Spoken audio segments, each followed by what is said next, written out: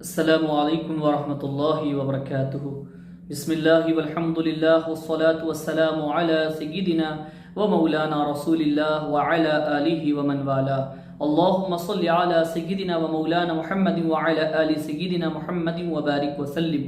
ناظرین و سامعین اکرام، اعلیٰ حضرت مولانا احمد رضا خان قادری حنفی بریلوی کے نزدیک عرس حرام اور ناجائز ہے۔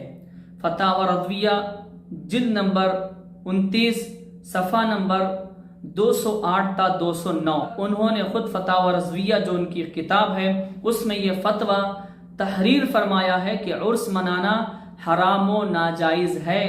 میں اپنی طرف سے کوئی تشریح یا کوئی وضاحت نہیں کروں گا، وہ فتویٰ میں آپ کو پڑھ کر سناتا ہوں، کہیں یہ نہ کہے کہ اپنی طرف سے بول دیے، اپنی طرف سے ملا دیے، کیونکہ جو بدمعاش ہوتے ہیں نا، بدمعاش لوگ، ان کو کچھ نہ کچھ ملنا چاہیے ان کی اپنی بات کو سچی ثابت کرنے کے لیے، کسی کو غلط ثابت کرنے کے لیے۔ تو ہم کچھ بھی اپنی طرف سے نہیں دیں گے، ایسا موقع نہ ہم اپنی طرف سے وضاحت کریں گے نہ تشریح کریں گے۔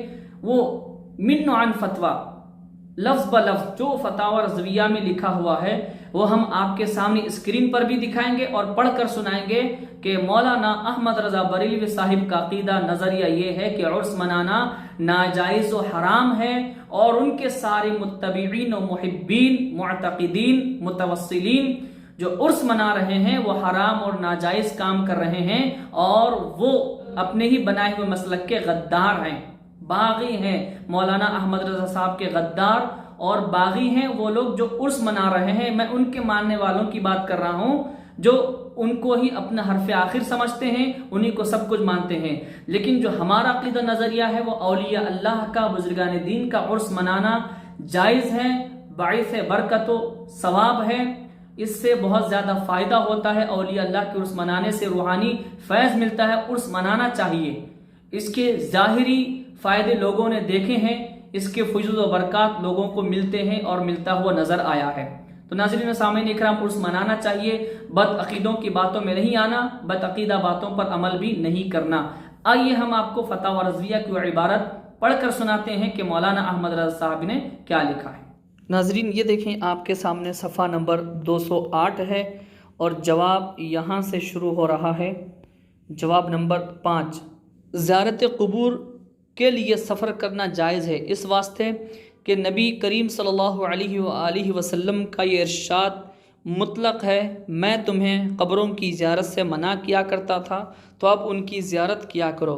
ابن تیمیہ وغیرہ بعض علماء کا منع سفر پر اس حدیث سے استدلال کرنا غلط ہے کہ جاوے منت باندھو مگر صرف 3 مسجدوں کی طرف۔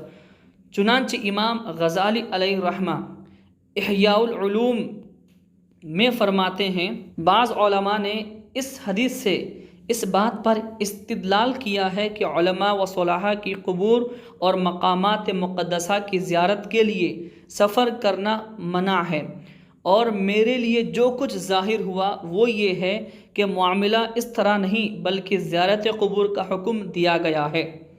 رسول اللہ صلی اللہ علیہ وآلہ وسلم نے فرمایا کہ میں تمہیں قبروں کی زیارت سے منع کرتا تھا، اب ان کی زیارت کیا کرو، لیکن قبروں کو بوسہ دینا، طواف کرنا اور عرس وغیرہ سب ناجائز و حرام ہے، اور ایسا کرنا زیارت کرنے کے طریقے اور آداب کے خلاف ہے۔ چنانچہ امام غزالی علیہ الرحمہ احیاء العلوم میں فرماتے ہیں، زیارت کے آداب یہ ہیں کہ قبر کی طرف منہ کر کے اور قبلے کی طرف پیٹ کر کے مت کھڑا ہو، اور نہ قبر کو چومے اور نہ ہی اس کے لیے جھکے، بلکہ قبر کے لیے جھکنے اور سجدہ کرنے میں کفر کا خوف ہے۔ اب یہاں سے دوسرا جواب شروع ہو رہا ہے جو جواب نمبر 6 ہے، آپ حضرات دیکھ سکتے ہیں، وہ بھی میں آپ کو آگے دکھا دیتا ہوں، کہیں ایسا نہ ہو کہ آگے کیا ہے وہ نہیں بتایا۔ تو آپ حضرات دیکھیں، اور میں صفحہ نمبر بھی بتا دیا ہوں، جلد نمبر ہے 29 جلد نمبر ہے، اور صفحہ نمبر ہے 208 سے 209 تک۔ پھر جو مولانا احمد رضا نے یہاں پر فارسی میں جو جملے استعمال کیے ہیں، جو تحریر کیے ہیں، وہ میں آپ کے سامنے سنا دیتا ہوں۔ لیکن بوسہ دادن و طواف کردن قبر و عرس وغیرہ ہما ناجائز و حرام ہست۔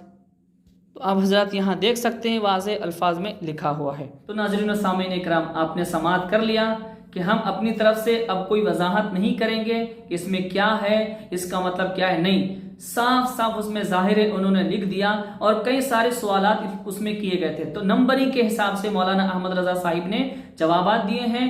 جہاں سے جواب شروع ہو رہا ہے، جہاں ختم ہو رہا ہے، وہ ہم نے پورا آپ کو دکھایا ہے کہ اس میں کس طرح سے لکھا ہوا ہے۔ اللہ رب العالمین کی بارگاہ میں دعا کرتے ہیں کہ مولا کریم ہم سب کو سیدھے راستے پر چلنے، نیک اعمال کرتے رہنے، اہل بیت علیہم السلام سے، تمام صحابہ اکرام رضوان اللہ تعالی علیہم اجمعین سے محبت و عقیدت رکھنے کی توفیق عطا فرما، آمین ثم آمین بجاہ النبی سید المرسلین طہ و یاسین۔